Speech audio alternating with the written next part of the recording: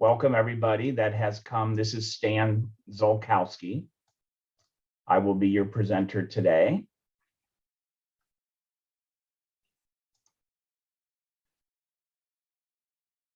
So comparing to the list of registrants, we maybe only have 25%.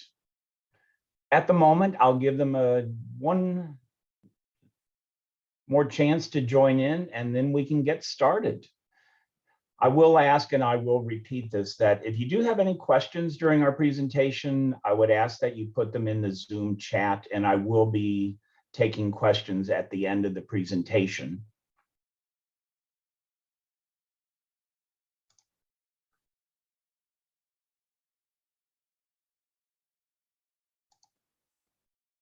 So welcome everybody. Welcome to Are We Speaking the Same Language?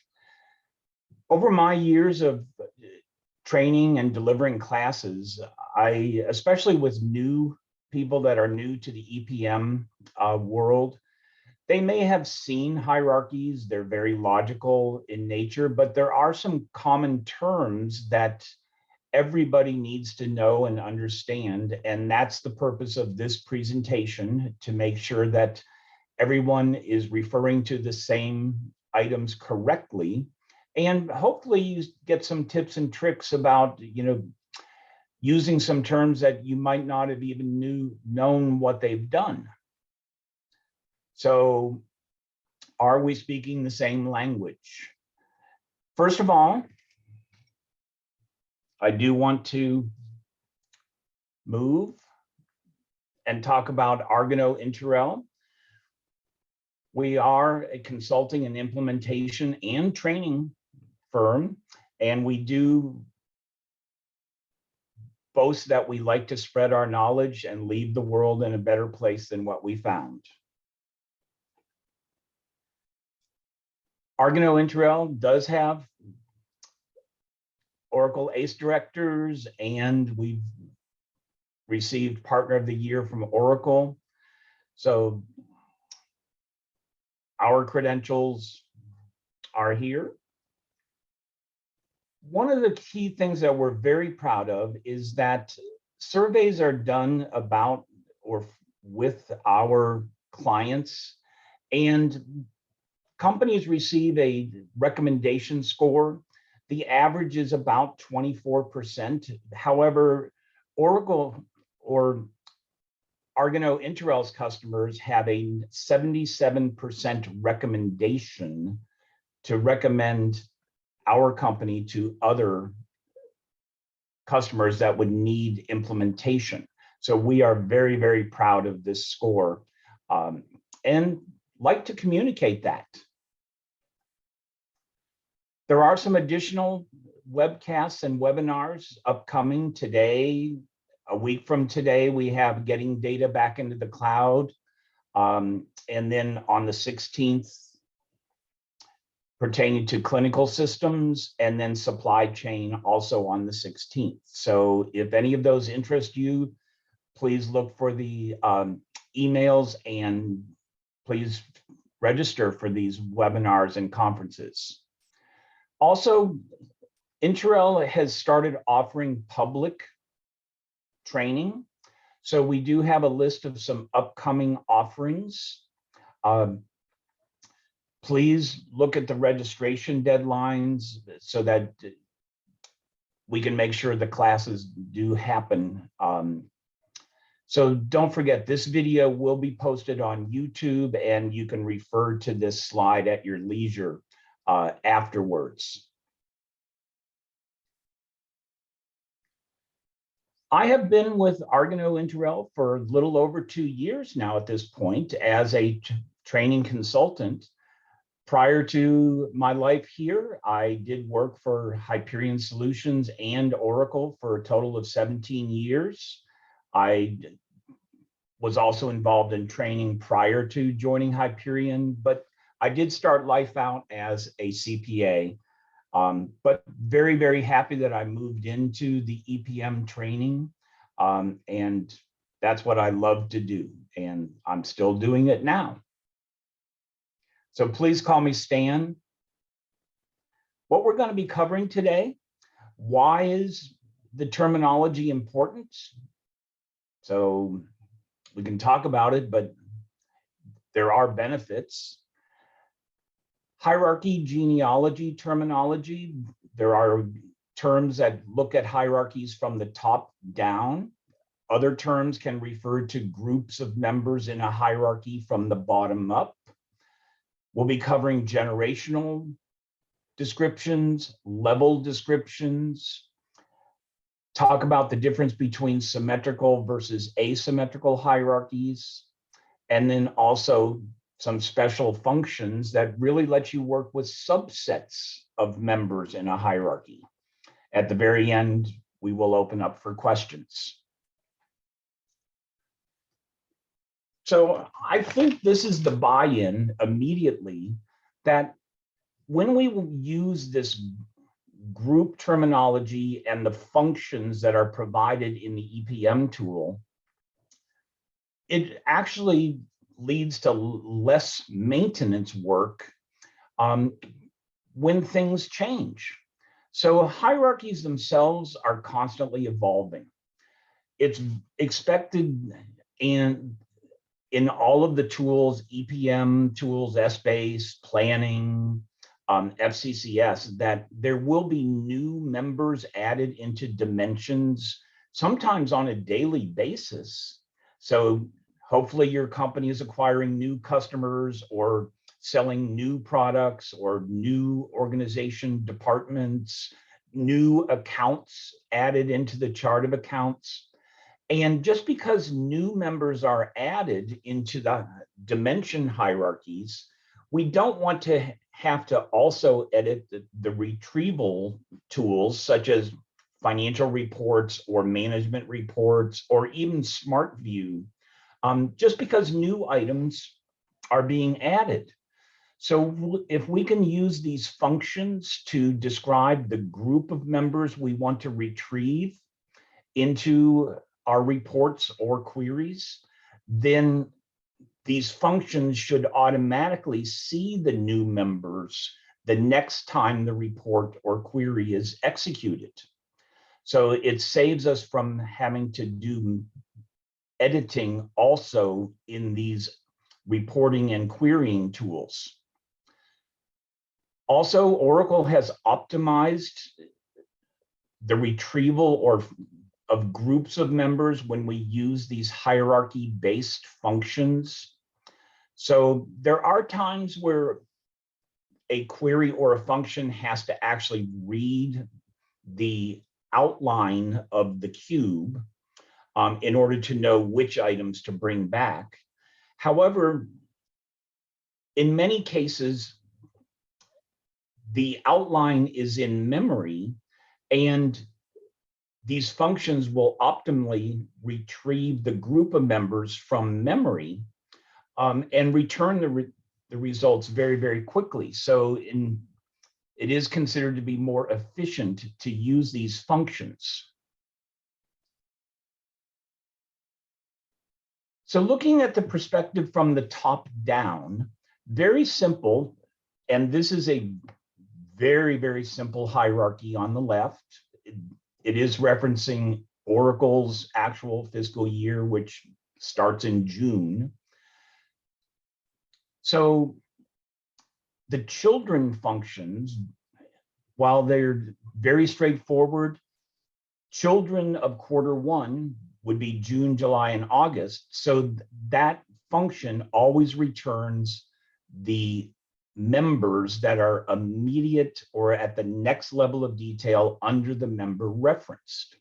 So in SBase, the @children function, or in Smart View and the reporting tools, it's the children and then which children of what member function. So children of year total will just bring back the 4 quarters. Children of quarter one, I've already described.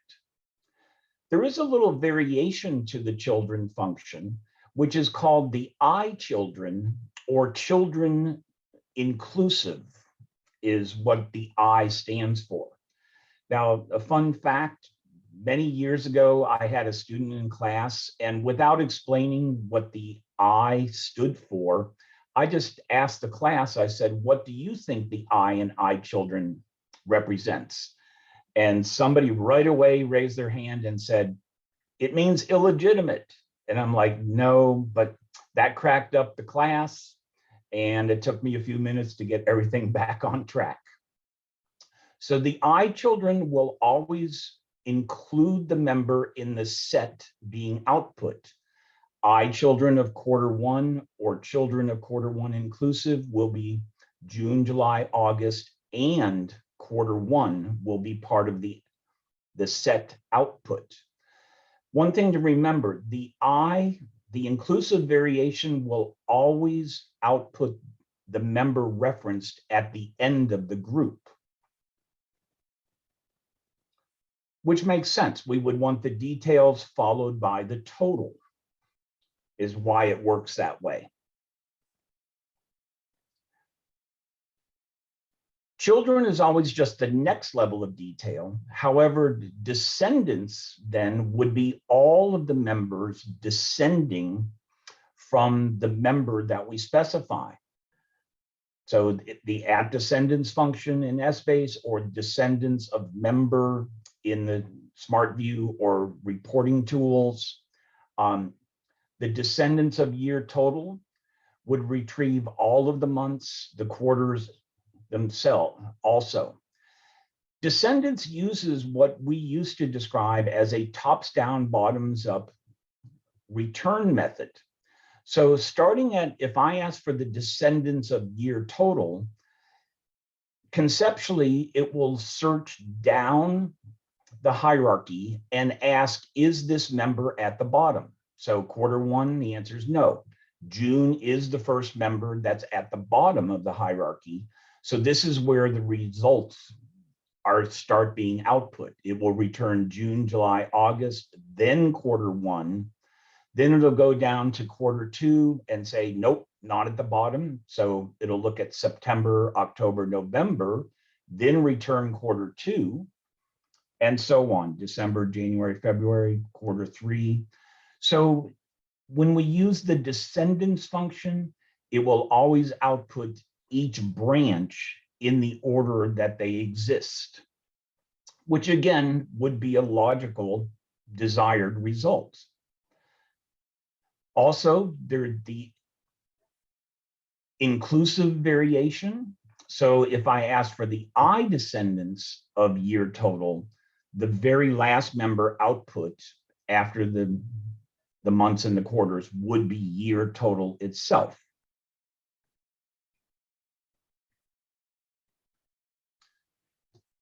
A little bit of trivia that we used to share with our students is that actually SBase does support different spellings of the word descendants. And we tested this even as of yesterday, that because SBase is used worldwide, and I cannot say this is true in SmartView or the reporting tools, but I have confirmed it in SBase calc scripts. Whether we spell descendants with an A or an E, SBase really doesn't care. And technically, the descendants with an E is the British spelling. We've even tested that the little abbreviation at DESC is also understood, and it will validate in an SBase calc script and work. So a little bit of trivia to share and take back, and maybe it'll save you a little bit of typing in the future if you're aware of this little shortcut. Or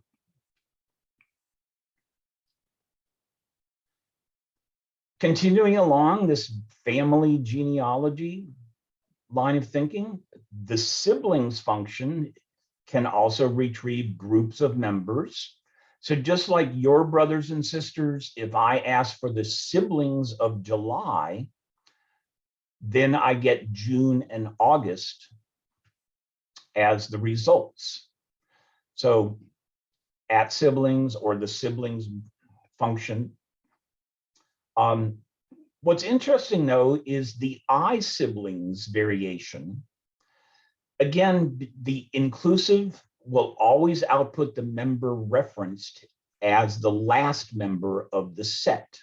So there is a difference then between children of quarter one, which would be June, July, August, versus the I siblings of June.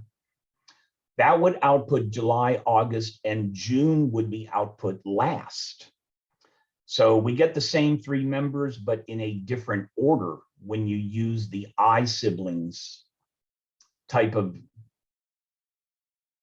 function.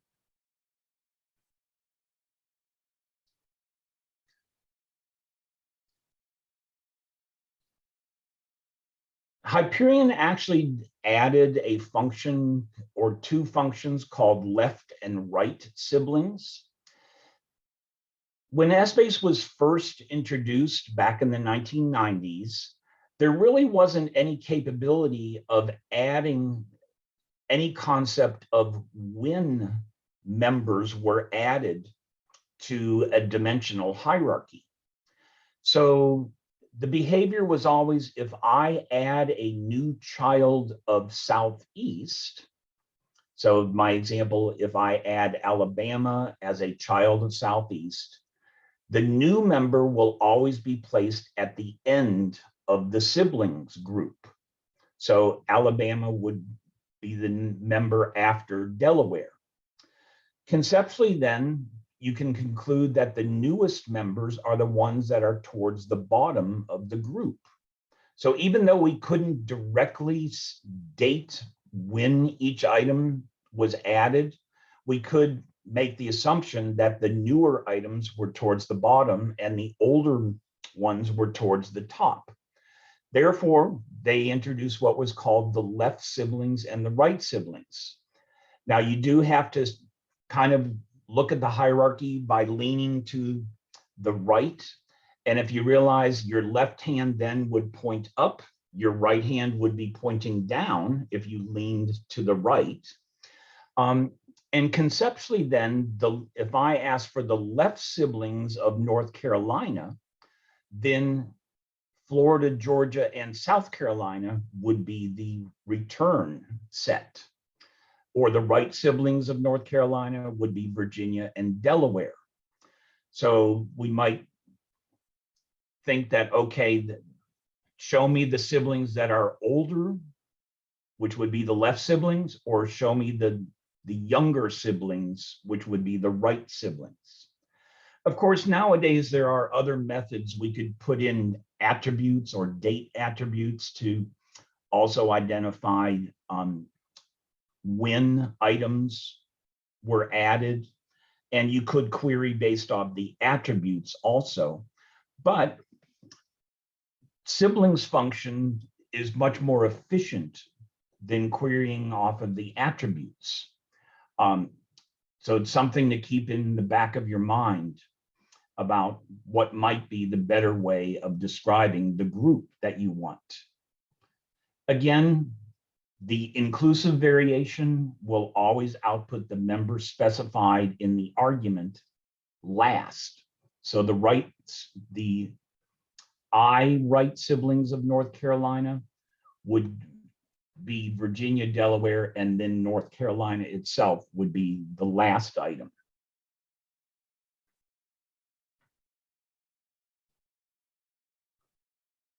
So children, descendants, siblings are ways of looking at these hierarchies from the top down. But people sometimes forget that there are functions that let us look at members from the bottom up. So the parent function will always return the single member that is the parent of the member that we reference in the argument. The parent of July is quarter one. The parent of quarter three is year total. So it's always just a single member output. Again, you can ask for the parent inclusive or the I parent in Essbase, and that would also output then the member itself that you refer to. So the I parent of July would be Q1, and then July would be the result set.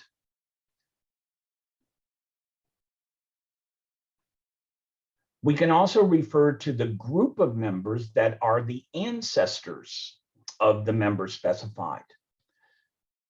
So it's not just the immediate parent, but it's their parents all the way up to the name of the dimension when we ask for the ancestors of a member. So example, the ancestors of October would be Q2 and year total. Q1, though, is not an ancestor of October. Again, the I ancestors will output the member specified as the last member of the set. Now, I haven't shown an example of a more complex hierarchy, but in many of the tools, planning, Essbase, we can have alternate hierarchies in a dimension, and members can be referenced as shared members in those alternate hierarchies. So there is also a function called the all ancestors function, which would actually output the ancestors of not only the initial or the stored member, but also the ancestors of the shared members would be returned in the result set. So for this one, I would suggest that you would dive more into the technical reference guides to determine the behavior or confirm that the behavior of the all ancestors function is what you would really want.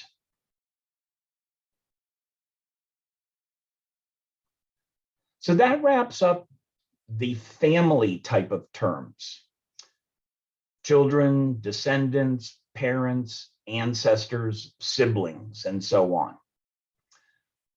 Now we want to talk about generations and levels to describe groups of members that have a common characteristic. Again, keeping the simple hierarchy illustration, generation numbering starts at the name of the dimension. It's always the name of the dimension is always the first generation or the starting point of that dimension. And technically, each indent position describes the group at the next generation. So the second generation of the dimension is the 4 quarters. The children of year total is the same thing as the second generation of year total. But then the next indent represents the 12 months, and those are at the third generation. So the group that's at the third indent, 1, 2, 3. So very quickly, I can return the set of 12 months in the order that they appear by asking for the third generation of year total. So a member can only be at one generation in a dimension. That's why we say that generation numbering is absolute. In Essbase, it's actually called the @GenMembers function, and the arguments are we have to say which dimension and then which generation number we're referring to. In SmartView and in the reporting tools, we don't have to say which dimension it is because this function only appears inside of a dimension member selection. So the dimension is implied. We just have to say which generation we want to retrieve when we run the report or the query. So just the generation number. Whoop. So generations are very straightforward. Levels, though, are not as straightforward. Technically, any member that does not have a child is referred to as a level 0 member. So it's part of the level 0 group of members. In this case, the level 0 members of year total are, again, the 12 months. None of those members have children. But the parent of a level 0 member is part of the level 1 group. Its parent would be part of the level 2 group. So we count from 0 and we count up with level numbering, starting at 0. Sometimes level 0 members are also referred to as the bottom members of the hierarchy. They're referring to the same thing. I've also, the term leaf members, these members are at the end of the branch. They're the leaves or leaves. So we are talking the same group, whether someone says leaf nodes or bottom of the hierarchy members. Level 0 is the S-base and planning terminology.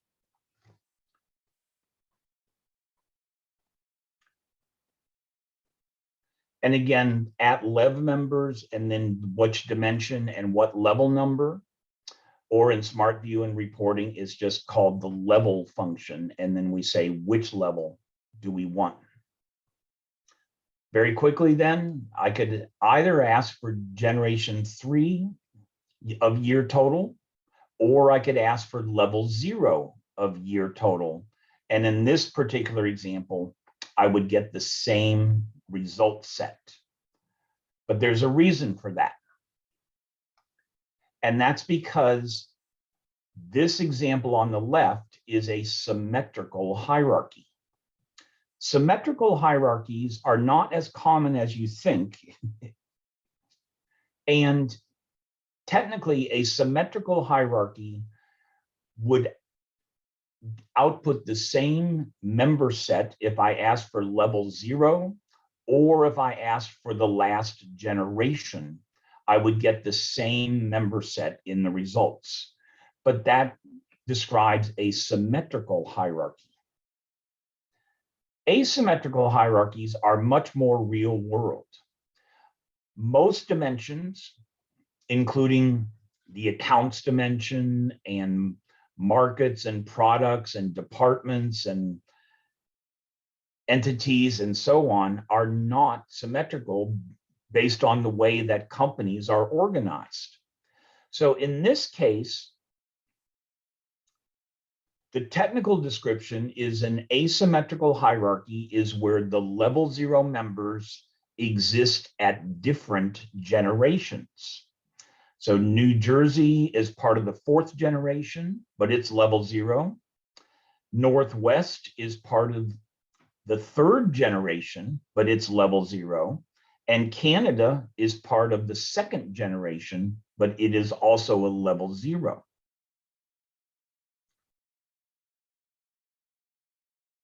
So since level numbering is relative, it is possible that certain members can be part of more than one level at the same time. The name of the dimension is part of the level 3 markets, because relative to New Jersey, that's level 1, East is level 2, markets is level 3. But relative to Northwest, West is level 1 and markets is level 2. Relative to Canada, markets is level 1. So the point being, if I ask for the level 3 markets, the name of the dimension would also be included in the result set. Or if I ask for the level 2 markets, the name of the dimension would be also part of that result set. So this is because levels are relative to a starting position, and that makes it possible that certain members could be part of more than one level at the same time. In a symmetrical or in generational numbering, it's not possible that any given member is part of more than one generation. Generation numbering is absolute. Level numbers are relative. So it all comes down to which group do you want? So again, referencing this hierarchy, if I ask for the level 0 markets, I would get all of the states plus Northwest, Southwest, and Canada. Those are all of the level 0 members. But if I ask for the 4th generation markets, I would only get the states. And these other items are not at the 4th generation. So it really comes down to which group do you want to refer to in your report or query. And that's why we have the 2 different approaches. Which group do you really want to refer to?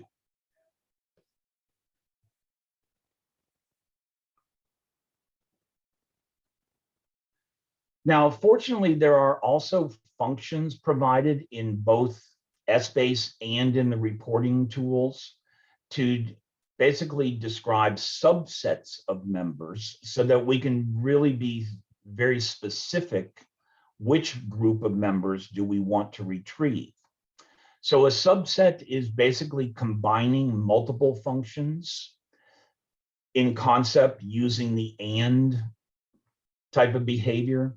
So it's something that is both a descendant of East and a 4th generation market, then that would also describe just the states.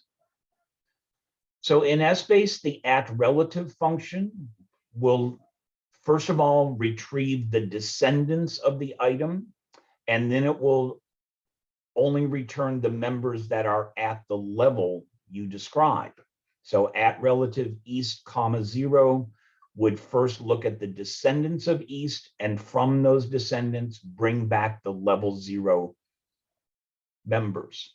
Remember, the level function refers to the dimension itself. So you would actually get an error message if you said @level East 0, because East is not the name of the dimension. The relative function, though, will let you specify a starting point, and from that starting point, only retrieve the level 0 members, in this example, that are descendants of East. In management reports, the function is called the intersect function. We can describe which groups of members and only members that are part of each group would be returned. So I would ask for the 4th generation markets, but only the ones that began with the letter N. So it would have to be first look at this group and then the subset, bring back the ones that start with the letter N. In the real world, subset functions are very, very commonly used in setting up reports and queries.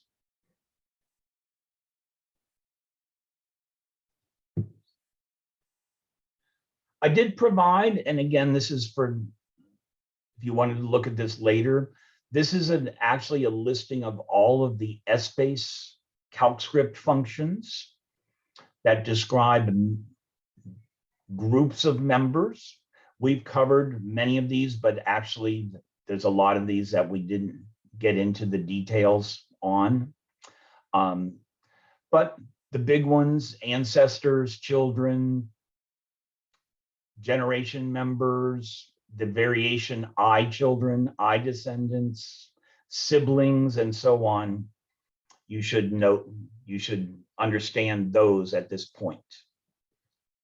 In SmartView, we have similar types of functionality. Again, we've talked about almost every one of these.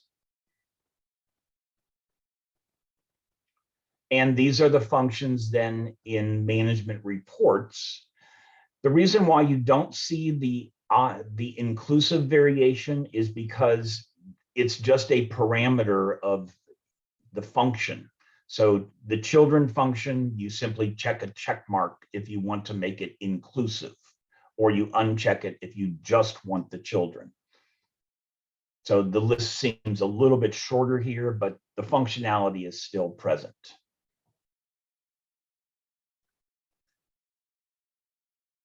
If anybody does have any questions, and I do see some items in the chat area, I will be happy to answer questions at this time.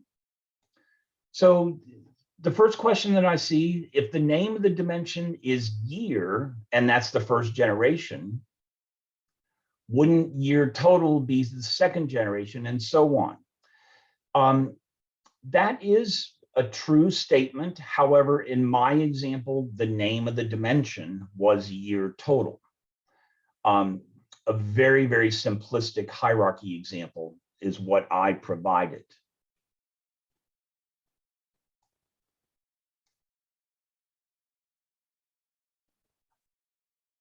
If there are any other questions, which at this point I'm not seeing any, please feel free to post them in the chat area. Otherwise, you can reach out to me also.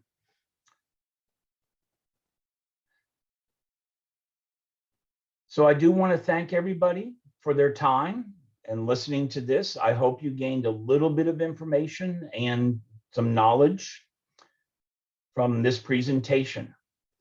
Thank you all very much.